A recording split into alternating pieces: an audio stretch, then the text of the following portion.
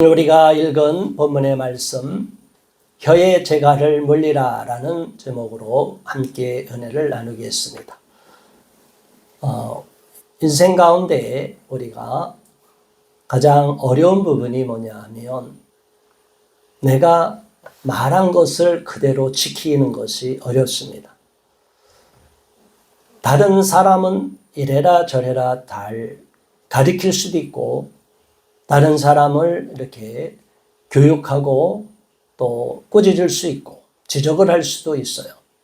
그런데 가장 어려운 게 사람은 내가 나를 잘 말한 대로 그대로 살아가는 것입니다. 말을 그대로 행한 그대로 말이 행함과 일치하는 신행이 일치하는 이런 사람, 언행이 일치하는 사람으로 이 땅에서 인정을 받는 것은 굉장히 어려운 일입니다. 많은 사람들이 훌륭한 사람들이라고 하지만 정작 그 말을 지키지 못하고 사는 경우가 많아요. 그래서 목회자들도 우리 크리스천들도 가장 조심해야 될 것은 기독교인이 되면 일반 사람보다는 말을 잘한다는 평을 받습니다. 여러분들은 그런 평을 안 받습니까? 왜 그러냐면 우리 크리스천들은 일주일에 한 번씩 모여서 코이노니아 성도들 간의 교제도 합니다. 말씀도 이렇게 듣지만 그 말씀 또 봉사도 하지만 교제를 하니까 교제하는 가운데 말을 이렇게 잘하게 되고 보통 사람보다 말을 아예 안 하는 사람들보다 그런 정적인 분위기보다는 교회는 좀 동적인 분위기가 되기 때문에 말을 많이 하고 또 말을 잘하다 보면 또 말을 가운데 이게 실수도 나오게 되는 걸 봅니다. 그래서 우리는 말을 잘하냐 못하냐가 문제가 아니라 말을 하되 말에 실수가 없도록 우리가 신경을 쓰고 말에 실수하지 않도록 우리가 신경을 더 많이 쓰고 집중을 해야 됩니다. 저 역시도 말을 한 것을 행하지 못하거나 지키지도 못할 약속을 하거나 밖에서는 나름대로 인정을 받는 목사다. 나름대로 말 잘한다 하면서 정작 가까운 사람들, 가족 간에 제가 말을 실수를 하게 되고 또 사람이 보지 않는 곳에서 함부로 말하고 거칠게 말하는 것은 굉장히 조심해야 될 부분이에요. 하물며 사람들 앞에서 공중 앞에서 방송 카메라가 돌아가는데 강단에서 일반 사람들도 그런 욕을 하거나 비속어를 쓰면 굉장히 지적을 받습니다.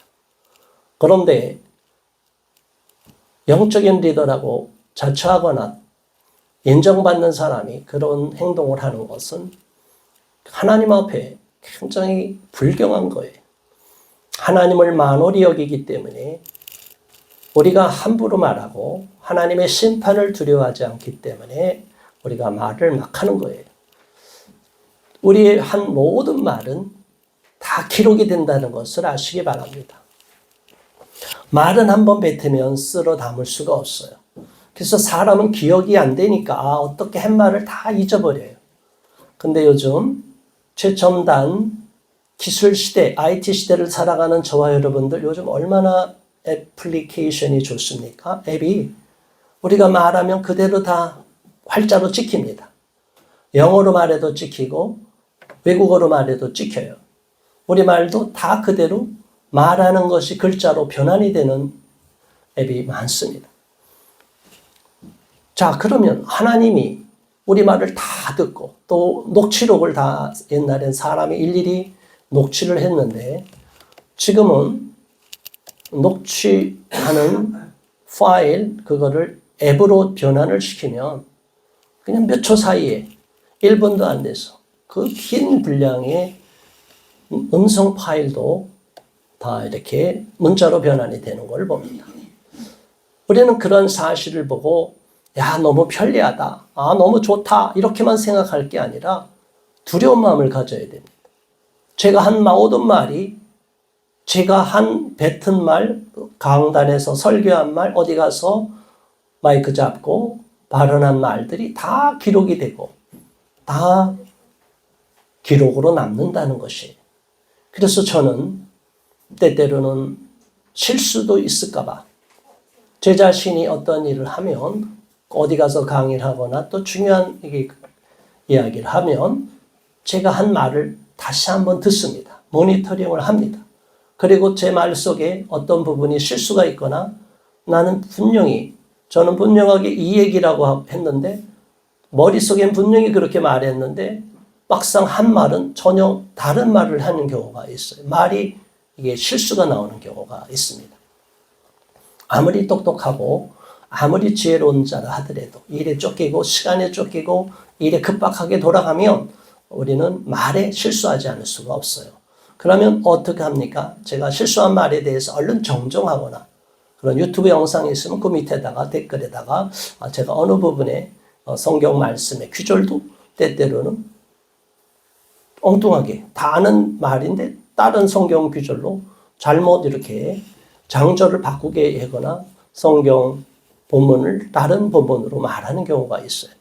이게 기억이라는 것은 한계가 있고 자꾸 감퇴하기 때문에 우리는 조심하고 나이를 먹을수록 또 조심해야 됩니다. 그런데 나이와 상관없이 우리는 말을 많이 하다 보면 말에는 실수가 있다는 것을 알게 돼요. 또 말을 잘하고 말을 많이 하는 것은 유익함도 있어요. 대부분 우울하게 빠지고 치매에 걸리는 이런 분들 이렇게 쭉 보면 평상시에 말을 잘 안 하는 분들이 치매에 잘 걸린다고 그래요. 혼자서 막 새기고 되새기고 모든 거 표출하지 않고 그냥 자기 감정을 그냥 꾹꾹 눌러만 놓으면 그게 언젠가는 이게 나한테 해로운 쪽으로 작용하고 뇌 기능도 자꾸 퇴화되는 것을 봅니다. 그래서 말을 잘하고 또 말을 하는 것은 그냥 단순한 말이 아니라 우리의 모든 에너지와 지적인 것을 다 총동원해야 되기 때문에 또 말을 잘하기도 쉽지는 않아요. 말을 아무렇게나 말하는 것 같지만 우리는 아무렇게 하는 말이 아니라 말을 조리 있게 논리적으로 꼭 거기에 경우에 합당한 말을 잘하는 것은 굉장히 훈련을 받아야 돼요. 많은 훈련과 여러 가지 노력을 해야만이 그러한 수준에 이르게 됩니다. 아무튼 성경에서는 여러 가지를 우리가 피하라고 하는 그런 경건을 추구할 때 정욕을 삼가하고 또 어떤 부분 삼가하고 이런 쭉 얘기가 나오는 중에 혀에 대한 것이 굉장히 많이 나와요. 구약이든 신약이든. 인류 역사를 보면 새치혀를 다루지 못하고 새치혀를 제대로 눌리지 못해서 새치혀의 인생을 망가뜨리는 사람이 많아요. 성경에도 마찬가지입니다. 이 혀를 잘 제어하고 통제하는 사람이 세상을 다스릴 수 있다는 것을 말하고 있는데 우리는 혀를 잘 다스리기가 어렵습니다. 말이라는 것은 한번 내뱉으면 자꾸 말을 하게 되고 또 그 말에 대해서 자꾸 습관이 되면 말을 익숙하게 잘하려고 하다 보면 그 말이 계속적으로 말을 낳게 됩니다. 그래서 불필요한 이야기, 농담조로 이야기를 많이 하다 보면 거기에서 실수가 있어요. 세상에서는 개그맨도 있고 여러 가지 남을 웃기는 그런 직업을 가진 사람도 있어요. 그런데 우리가 그렇게 항상 살 수도 없어요. 우리는 일반적으로 조심하고 말에 신중을 해야 돼요. 때때로는 유머를 갖고 적당한 유머를 구사하는 것은 아주 좋습니다. 저도 과거에 말을 많이 했고 농담도 많이 했다가 예수님 믿기 전에 실수를 많이 하고 또 예수님 믿어도 신앙의 초기에는 제가 훈련을 잘못 받아서 말로 실수하고 말로 남에게 상처를 주는 경우가 있었어요. 그거는 두고두고 마음에 아프고 제가 후회가 되고 회개를 많이 했습니다. 나의 말로 인해서 농담으로 던지는 말, 또 농담 속에 언중유골이라고 무의식적으로 그 사람을 함부로 대하는 거, 또 이렇게 깔보는 이야기가 있다면 우리는 조심하고 내 자신을 점검해야 될 거라고 봅니다. 예수님을 믿는 사람들이 특히 교회가 이렇게 사랑의 공동체가 되다 보니까 가족 간에 친밀함 같은 또 영적인 친밀함이 생깁니다. 그러면서도 또 한편으로 우리가 놓치지 말아야 될 것은 교회 안의 공동체에서 사랑이 있으면서 또 사랑이 있음에도 불구하고 우리도 모르게 말을 실수하게 돼서 무의식 중에 본의 아니게 상대방에게 아픔을 주고 상처를 주는 경우가 있습니다. 그런데 내 입장에서 보면 전혀 상대방이 어떤 아픔이 있는지는 모를 수가 있어요. 그렇기 때문에 저와 여러분은 나 자신을 거울에 비춰봐서 행여나 내가 상대방에게 무의식적으로 아픔을 주는 경우가 없었나. 또 교회 안에서뿐이 아니라 우리가 살아가는 가족 가운데 또 이웃 가운데 친구들 사이에서 좋은 말로서 덕을 끼치는 말을 많이 했고 격려하는 말을 많이 해야 되는데 때때로는 상대방을 무너뜨리고 아픔을 주고 상처를 주는 말을 했을 수도 있다 생각하시고 그런 과거의 나의 모습이 있다면 생각나고 알고도 모르고도 지은 죄를 하나님 앞에 다 회개하고 우리가 용서함을 받아야 될 줄로 압니다. 오늘 야고보서 3장 1절로부터 12절에 주는 말씀 우리에게 혀가 얼마나 중요한 것이고 또 혀를 잘 다스리는 것이 얼마나 신앙의 기본이 되느냐. 신앙이 제대로 갖춰지면 혀도 다스리고 마음도 다스리고 세상 사람들에게도 책을 잡히지 않게 되는데 우리가 알게 모르게 실수를 하게 된다는 거예요. 특별히 1절에 이렇게 말합니다. 굉장히 중요한 기본 기준점을 말하고 있어요. 우리 함께 다시 읽습니다. 1절 내 형제들아 너희는 선생된 우리가 더 큰 심판을 받을 줄 알고 선생이 많이 되지 말라. 이 표현은 선생이 많이 되지 말라는 건 뭐예요? 지나치게 선생인 척 하지 마라. 선생으로 너무 인정받으려고 남한테 굉장하다 떠받드는 위치로 올라가려고 애쓰지 말라는 거예요. 그러나 세상에서는 공부를 많이 하고 학위를 받고 전문적으로 연구 업적을 받고 자꾸 명성이 높아지기를 원해요. 어느 분야든지 자기 분야에서 전문가와 세계적으로 인정을 받는 큰 스승이다. 어느 분야든지 경험과 노하우가 쌓이면 남을 가리키는 위치에 섭니다. 어느 분야든지 음악, 미술, 스포츠, 모든 학문 어느 분야든지 다 그래요. 우리 기독교도 마찬가지죠. 영적인 것도 우리가 선생이 되는 위치에 서게 됩니다. 목사도 선생이 되는 위치에 서게 되고 우리 성도들도 또 신앙이 많이 이렇게 훈련을 받고 신앙생활 오래 하면 또 영적으로 아직 어린아이와 같은 초신자와 미숙한 사람들을 지도하는 위치에 설 수 있어요. 그런데 가장 중요한 것은 내가 스스로 선생이다 라고 생각하는 거예요. 선생이라는 건 뭐예요? 가르치는 위치. 선생도 내가 항상 배움을 받아야 됩니다. 내가 선생이지만 항상 내가 실수도 있고 부족함이 있습니다. 이렇게 인정을 해야 되는데 오늘날에는 학교가 이상해요. 대학생들은 가면 교수 평가를 합니다. 이 교수 평가제가 도입되기가 우리나라도 굉장히 어려웠어요. 교수의 권위로서 내가 가르쳤는데 이걸 어떻게 내가 학생한테 평가를 받아? 교수의 입장에서 보면 교수님들 입장에서 보면 굉장히 불쾌한 거예요. 목사님들이 설교하면 성도들한테 날마다 매주 평가를 받으면 여러분 한 학기마다 평가받으면 목사님도 어떡할까요? 평가 잘 받을까요? 저도 여러분한테 평가 잘 받을 자신이 없어요. 그러니까 이제 이런 부분에 대해서 우리가 평가를 받는다는 것, 꼭 평가받기 위해서 가르치는 것. 왜냐하면 학문은 어떤 지식을 전달하는 거기 때문에 그 지식을 전달하는 데 있어서 정확한 지식이냐 아니냐 그리고 학생들에게 정확하게 전달이 되느냐에 대한 평가는 있을 수가 있어요. 그 교수가 훌륭하냐 아니냐를 평가하는 게 아니죠. 그 수업한 내용에 대한 평가를 받는 거죠. 그런데 선생님들은 평가를 안 받으려고 그래요. 뭐 특히 종교조 이런 쪽에서 아예 학생의 평가를 안 받으려고 그래요. 학교를 엉망으로 만들어 놓고 아무렇게나 막 가리고 평가도 안 받으려고 그래요. 그러면 또 문제가 되죠. 저와 여러분들이 하나님 앞에서 항상 점검을 받을 수 있다는 것, 누군가 나를 평가할 수 있다는 것, 누군가 나를 객관적으로 보고 정확하게 나의 일거수일투족을 보고 있고 감찰하고 있다는 것 생각하면 우리가 함부로 말할 수가 없어요. 저와 여러분들이 이렇게 노출되지 않는 사람들은 잘 모르는데 카메라가 항상 찍힙니다. CCTV에 찍히는 정도가 아니라 항상 어디에 가서 말할 때 다 찍히는 거예요. 저기 카메라가 없는 줄 아는데 생각지도 않게 옆에서 누가 찍고 있어요. 그 영상이 제 모습이라고 하면 제가 한마디 실수하는 부분이 있다면 그거 딱 따갖고 그거만 갖고 침소봉대해요. 엄청난 분량에서 안 좋은 것만 딱 잘라갖고 이렇게 올라가는 거예요. 그럼 우리가 얼마나 억울해요. 그런데 그 짧은 시간이나마 말을 잘못하고 실수했다면 그것도 내가 한 말이에요. 그럼 어떻게 할까요?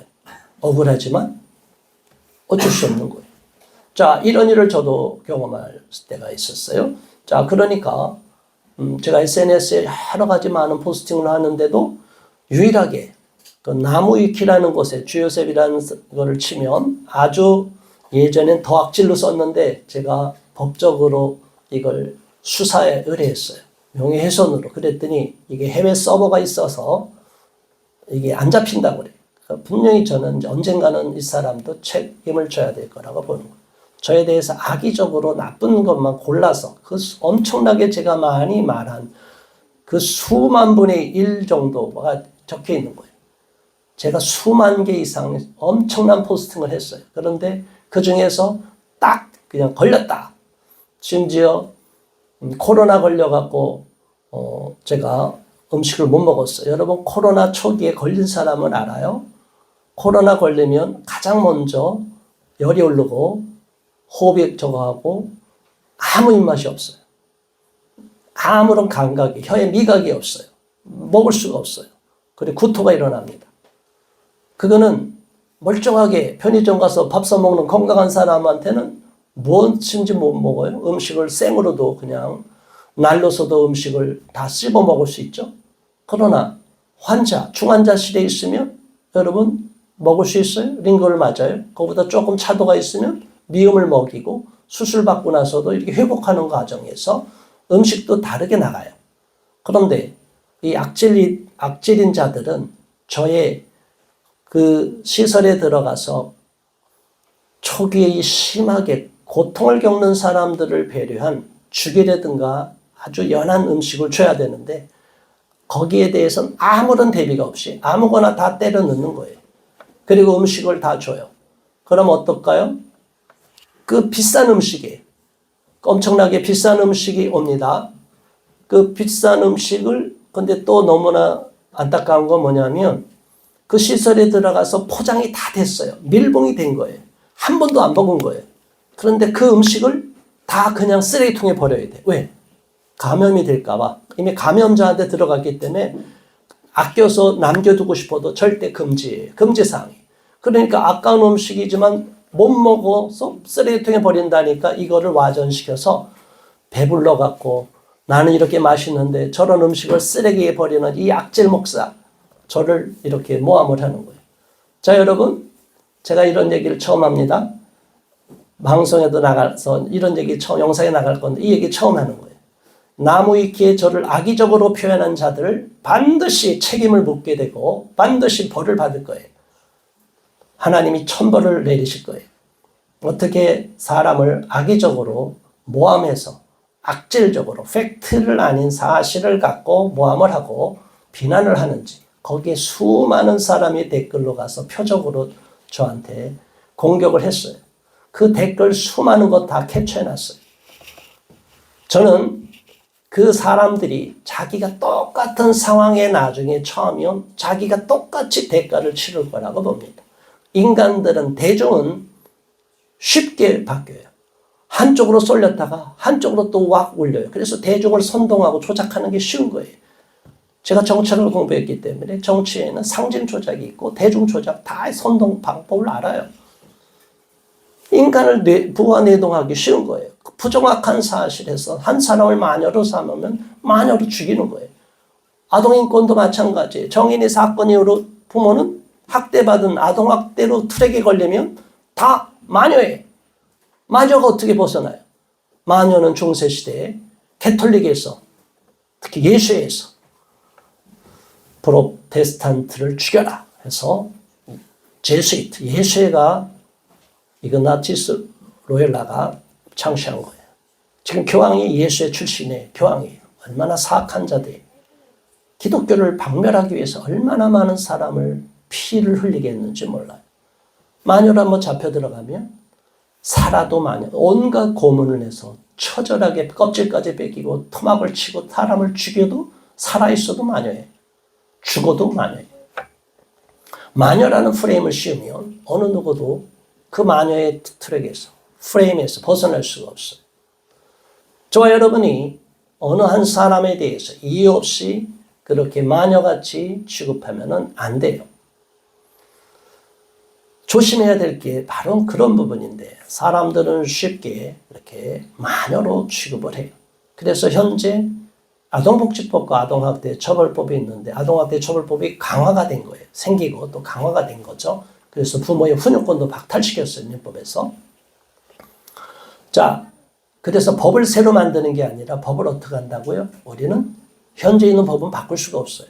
이거 없애줄 수가 없어요. 전 세계적으로 진짜 학대하는 친부모도 있기 때문에. 그래서 법을 무리하게 적용하고 아무런 정황을 파악하지 않고 미국에는 CPS 제도가 있어서 초기에 가서 주변 사람을 다 돌아보고 학대가 있다 하더라도 어느 정도냐 그걸 살펴보고서 주변 사람의 의견을 듣고 이게 강제로 분리될 사항이 아니다. 그러면 분리를 안 시킨대. 근데 우리는 이유가 없어요. 무조건 트랙으로 초기에 강제로 분리시키고 증거가 없어도 다 그대로 구속시켜서 수사를 하려고 하는 수사 편의주의로 가고 있어요. 이런 경찰들이 하는 행태나 공무원들이 하는 일들, 그 밑에 공무수탁 사인으로서 아동보호 전문기관, 아버존이 하는 일들은 자기들은 잘하고 있다고 하지만 실질적으로는 그게 나중에는 큰 재앙을 가져다 오고 한 가정을 파괴시키고 우리 사회의 부모로부터 강제로 자녀를 분리시키는 국가 전체주의로 가고 있는 무서운 일들이 있어요. 이런 걸 알기 때문에 제가 천부인권이 침해를 받는 상황, 기본권이 침해를 받는 상황이기 때문에 제가 용납할 수 없어서 단지 아이도 구출해내는 문제가 아니라 이런 구조적인 문제를 바꾸지 않으면 누구든지 피해자가 될 수 있기 때문에 제가 그 억울한 문제를 풀어주기 위해서 도와주기 위해서 지금도 힘을 쓰고 있습니다. 여전히 많은 사람이 저한테 전화도 하거나 또 문자를 하는데 또 답답한 거는 문자만 띡 하고 말아요. 그러면 정확한 사유서를 그 일일이 전화 받아도 어떤 때는 문자를 하는 분들이 요즘은 카톡이나 이런 데 문자는 특징이 뭐냐면 한 번 받아주면 띡띡띡 이걸 1시간 2시간씩 해야 돼요. 저는 엄청 바쁜 사람이에요. 정리돼서 얘기를 듣고 싶은데 정확한 내용을 파악하려면 한참 1시간 동안 얘기해놓고 또 그 다음부터 정확하게 얘기하려면 진짜 한 얘기는 이제 전화를 끊습니다. 아니 아직 할 얘기 안 했어요. 안 끝났어요. 이렇게 얘기해요. 그러면 이 끝이 없어요. 그래서 어떤 사유로 아이를 강제로 분리됐습니까? 빼앗겼습니까? 그리고 아동인권이 어떻게 침해를 받고 있습니까? 그거를 사유로 써달라고 그러면 또 그 다음부터는 연락을 또 끊어요. 그 이유가 뭐냐면 자기를 노출하고 싶지도 않고 또 어떤 면에서는 자기를 객관적으로 정확하게 이야기하려니까 자기한테도 문제가 있는 거라고 생각이 든 거죠. 어떤 사유냐면 부모로부터도 원인이 제공이 된 게 있어요. 경미하든 아니든 어쨌든 그런 사실이 있다. 그러면 강제로 분리될 사유는 둘째 치는데 우리 법은 강화되어 있지만 어쨌든 최초로 나도 빌미를 줬다. 이런 생각이 들으니까 그 어려운 가정은 자신의 문제를 드러내야 되니까 덜컥 겁이 나갖고 얘기를 못하는 거예요. 자, 이거 어쨌든 오늘은 분명히 알아야 될 것은 제가 왜 이렇게 길게 말씀을 드리냐 하면 세상에서 보는 것은 다 옳지 않다는 거예요. 우리가 눈에 보이는 것만이 다 전부가 아니에요. 빙산의 원리가 있죠. 얼음도 이렇게 물 위에 떠 있는데 일반 민물에서 상온이 4도씨가 상온이죠. 상온에서 몇 퍼센트가 위로 떠 있는 줄 아세요, 여러분? 빙산의 일각 뭐 이런 얘기 하죠. 얼음이 위에 떠 있는 면적이 얼마나 돼요? 가라앉아 있는 면적이 91.7%입니다. 떠 있는 면적이 얼마예요? 8.3%예요. 상온, 4도시예요. 그러나 바다에도 얼어요. 북극과 남극은 바닷물도 얼어요. 그러니까 계속 빙산이 막 쌓여서 약 거의 한 20%에 육박하게끔 이제 빙산이 얼음 두께가 위로 뜨는 거예요. 자, 아무튼 우리는 눈에 드러나 있는 게 아무리 많아도 가라앉아 있는 게 많다.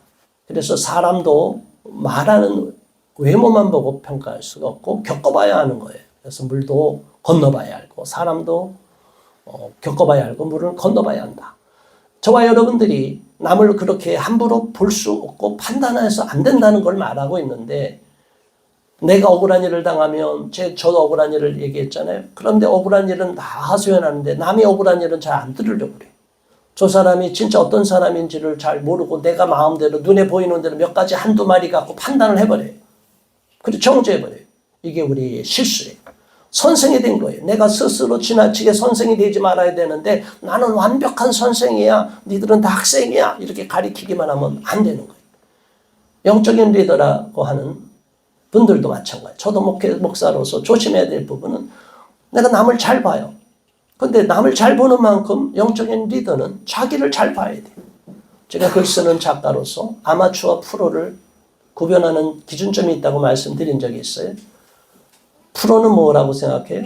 어느 분야든지 프로는 뭐 요즘은 돈을 벌고 그 일을 하면 프로라고 하죠. 그런데 그보다 더 중요한 건 뭐냐면 자기 수준을 자기가 보는 수준에 오르면 프로예요. 훌륭한 도공이 도자기 만들면 도자기에 조금 흠집이 나는 게 있어요. 그러면 옆에서 그거 놔주지. 근데 도자기 도공은 깨버려요. 왜 깨버려요?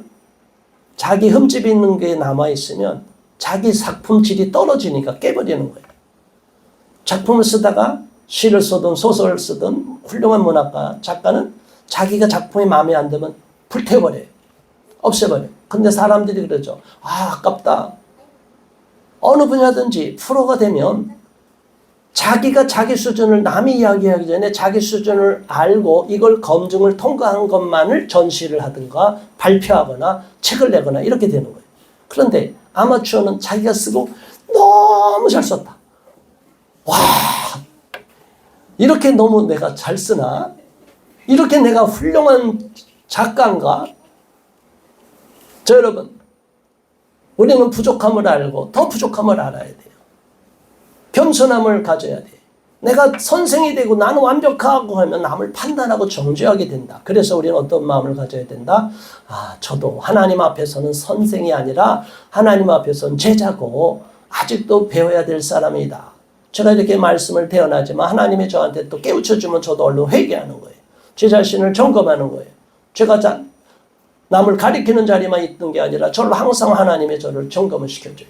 제가 정말 감사한 게 뭐냐면 저는 남한테 지적받기 전에 하나님 먼저 제 잘못을 깨우쳐줘요.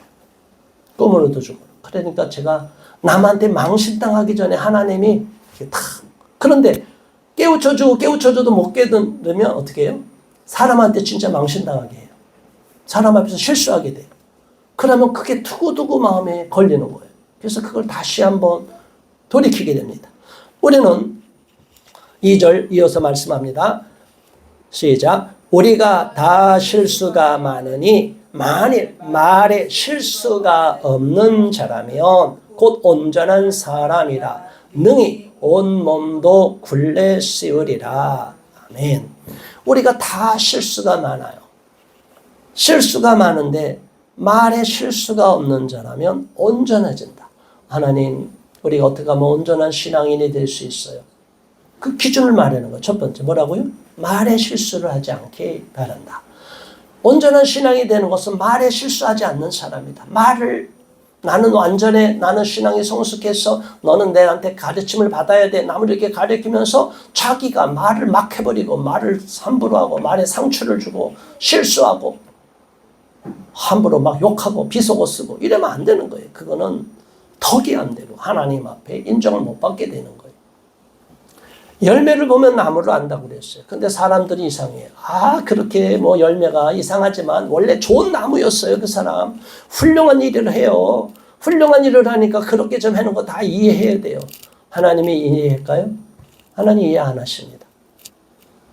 훌륭한 사람은 훌륭한 열매를 맺어야지. 왜 훌륭한 사람이 그런 쓰레기 열매를 맺고 더러운 열매를 맺느냐? 그거는 그가 훌륭하다고 포장되어 있는 것뿐이지 진짜 훌륭한 사람이 아니다는 거예요. 진짜 훌륭한 신앙인은 그렇게 말을 함부로 하지 않고 함부로 비속어를 쓸 수도 없고 함부로 남에게 상처 주는 말을 쉽게 하지 않는다. 우리가 부족하고 미숙할 때는 실수가 있을 수 있어요. 그럴 때 얼른 깨닫고 회개하고 돌이켜서 다시는 그렇게 하지 않는다. 이렇게 마음을 먹으면 다음에는 우리가 성숙해지는 거예요. 그런데 난 아무 문제가 없어. 내가 뭐가 어때? 내가 선생인데 내 말 들어. 막 이래서 상대방을 함부로 무시하고 상처 주고 상대방에게 하대하고 막 가버리면 결국은 그게 우리의 모든 허물이 되는 거예요. 우리 예수님은, 우리 하나님은 절대로 그 사람을 온전하다고 말하지 않습니다. 그냥 그 사람을 추앙하는 사람들만 떠받드는 것 뿐이지 절대로 그런 사람은 역사의 뒤안길로 사라지고 결국에는 역사의 평가를 받게 됩니다. 3절 이어서 말합니다. 우리가 말들의 입에 재갈을 몰리는 것은 우리에게 순종하게 하려고 그 온몸을 제하는 것이다. 말이 길들여지지 않은 말이 얼마나 사납습니까? 말 길들이다가 뒷발길에 사람이 죽을 수도 있어요. 그런데 말을 재갈 물리면 입에다 딱 그 막대기로 쓰기도 하지만 보통 이제 쇠로도 쓰는 말에 재갈을 딱 물려놓고 입에다 대고 끈을 묶어서 당기면 말이 자기 입이 딱 걸리기 때문에 통제가 되는 거예요. 쓸 때 안 쓰면 당기면 고삐를 당기면 말이 낑 쓰잖아요. 어쩔 수가 없어요. 브레이크 밟는 거나 똑같은 거예요. 근데 우리 혀를 브레이크를 밟을 수 있는 장치가 없어요. 우리 혀는. 혀를 막 놀리는데 우리 어린아이들도 말을 잘해야 돼. 말을 막 하면 우리 아이들 막 유튜브에 보면 어떤 영상이 있어요. 우리 아이들이 막 그냥 싸우는 영상이 있어요. 막 그냥 엄청 그 얼마나 어린처럼 말 잘해요. 그런데 그걸 막 다 잘났다, 내가 잘났다 그러면서 막 함부로 상대방한테 어린아이들도 막 나쁜 욕을 막 배우고 하는 게 있어요. 욕을 하면 안 돼. 우리 어린아이들도.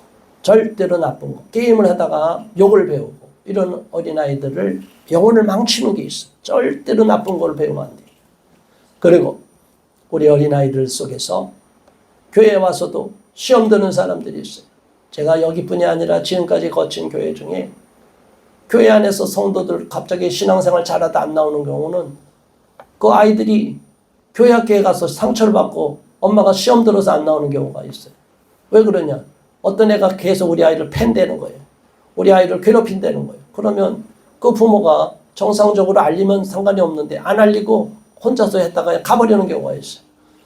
만약 그런 경우는 잘 훈육을 해서 잘못한 아이는 저렇게 잘 지도를 하면 되는데 이제 그런 경우를 정보가 없고 혼자서만 다 끙끙대면 안 된다. 교회는 부족함이 있고 실수가 있으면 덮어주고 잘못한 건 꾸짖고 바로 잡아줘야 된다.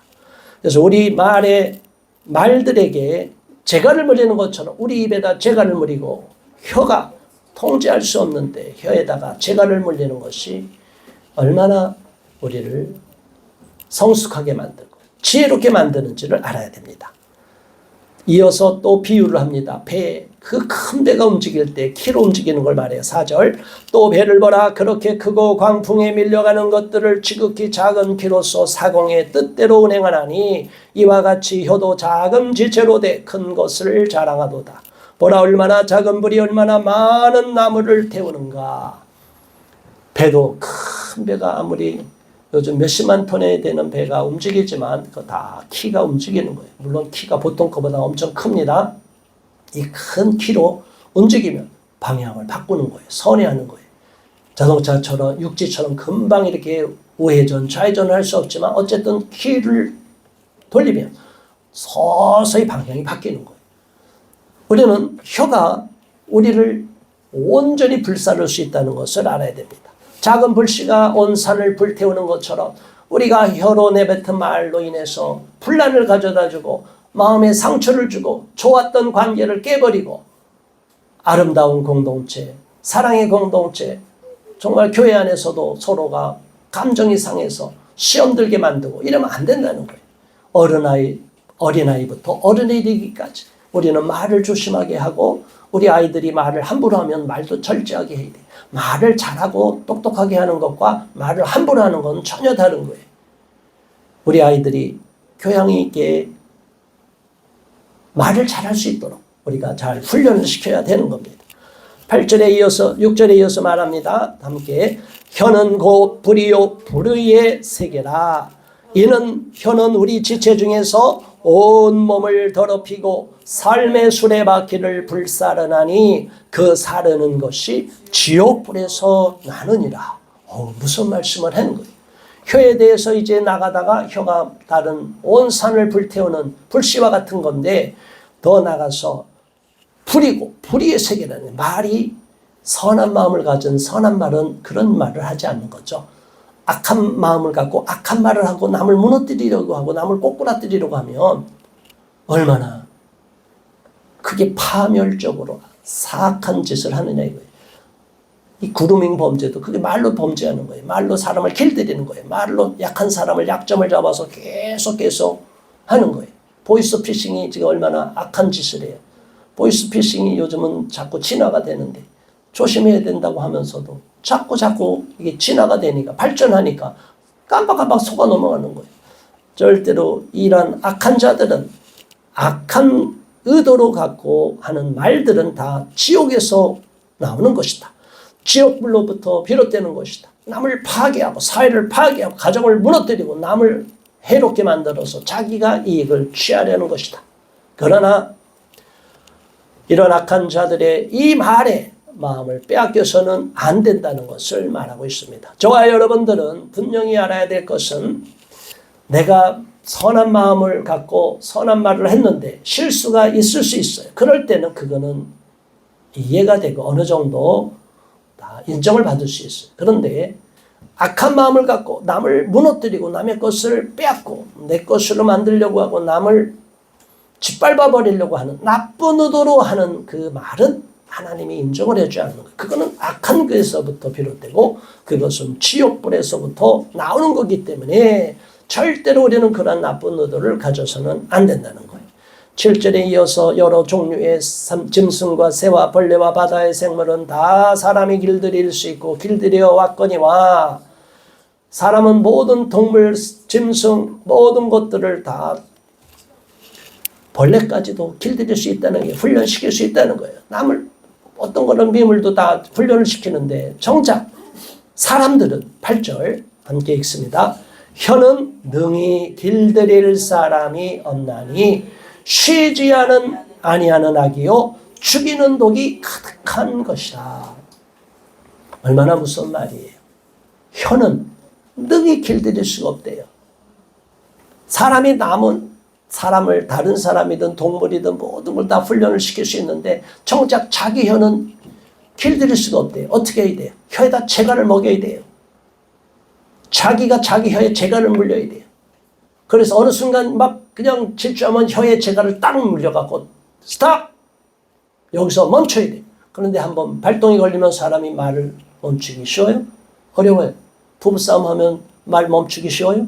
멈추자 그러면 입을 막아도 무악 소리 지르고 막 그냥 끝까지 말을 해요. 우리 마음의 감정이 통제가 안 되니까. 혀에 재갈을 물린다는 것은 마음에 빗장을 지르는 거예요. 통제를 한다는 거예요. 마음을 절제시키는 거예요. 자, 이렇게 되기가 쉽지는 않아요. 우리는 미숙한 단계를 거쳐서 성숙한 단계로 가기 때문에 아직도 이런 단계에 머물러 있는 사람이 있다면 얼른 그 단계를 넘어서서 성숙한 단계로 나갈 수 있기를 바랍니다. 혀에 재갈을 물리고 마음에 빗장을 질러서 절대로 감정이 막 끌어오르지 못하도록 만들어야 돼. 감정이 막 불타오르면 마음에 불타는 감정에다가 물을 끼얹어야 돼. 성령의 물을 끼얹어야 돼. 성령은 불로도 오지만 물로도 와요. 그래서 차갑게 성령으로 시켜야 됩니다. 9절 이것으로 우리가 주 아버지를 찬송하고 또 이것으로 하나님의 형상대로 지음을 받은 사람들을 저주하나니 우리가 하나님을 믿는다 하면서도 하나님을 믿는 사람들을 저주하면 되겠냐 이거예요. 하나님 앞에 찬송하고 하나님을 높입니다 해놓고 그 높였던 입으로 사람을 하나님의 형상을 받은 지음을 받은 우리 성도들 간에 교회 안에서도 서로 상처를 주는 말을 하고 사람들에게 아픔을 주면 되겠느냐 이거예요. 절대로 그래서는 안 된다는 것을 말하는 것입니다. 한 입에서 찬송과 저주가 나오는도다. 내 형제들아 이것이 마땅치 아니하니라. 우리는 단물이면 끝까지 단물이 나오고 쓴물이면 똑같이 쓴물이 나와야지. 단물과 쓴물이 섞여 나오면 안 된다는 거예요.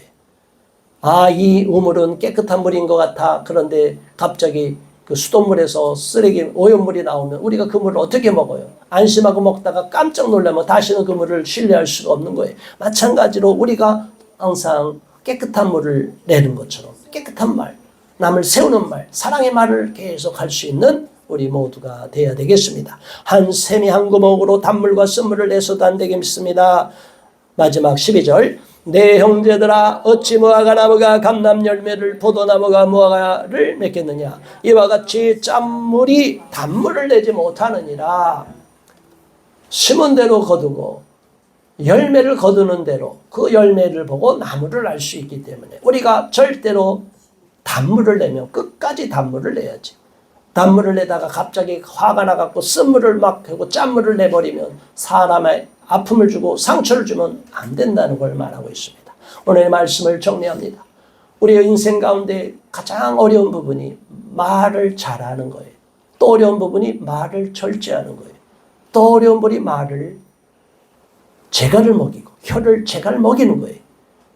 저와 여러분이 오늘 시간 이후로 지난날에 부족함이 있고 잘못한 부분이 있었다면 오늘 시간 이후로 우리 혀에 재갈을 먹이게 해달라고. 그래서 절대로 감정에서 솟아오르고 함부로 말을 해서 아픔을 주고 상처를 주고 그 사람의 인생이 무너지게 만드는 저주의 말을 절대로 해서는 안 되고 그 사람을 비난하는 말을 함부로 해서도 안 된다는 것을 아시고 우리 모두가 그리스도인으로서 성숙한 그리스도인이 되어서 성령의 열매를 맺고 하나님께서 인정해 주시는 성숙한 크리스찬으로서 하나님께서 인정해 주시는 주님의 신실한 자녀가 되기를 주의 이름으로 축원합니다. 우리 모두 지난날 잘못을 회개하고 이제 앞으로 그렇지 않게 하고 이렇게 오늘 말씀대로 순종할 수 있게 되도록 기도하겠습니다. 주여 할렐루야. 하나님 아버지 고맙습니다. 감사합니다.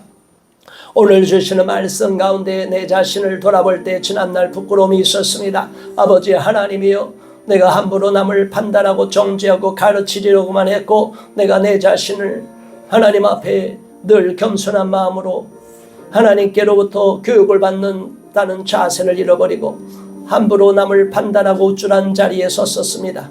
교만했던 마음, 선생이 되렸고 지나치게 선생이 되렸던 교만한 마음을 회개하오니 용서하여 주옵소서. 하나님, 모든 나의 절제하지 못하는 부분이 있는데 특히 혀에 대한 부분을 오늘 교훈을 받았습니다.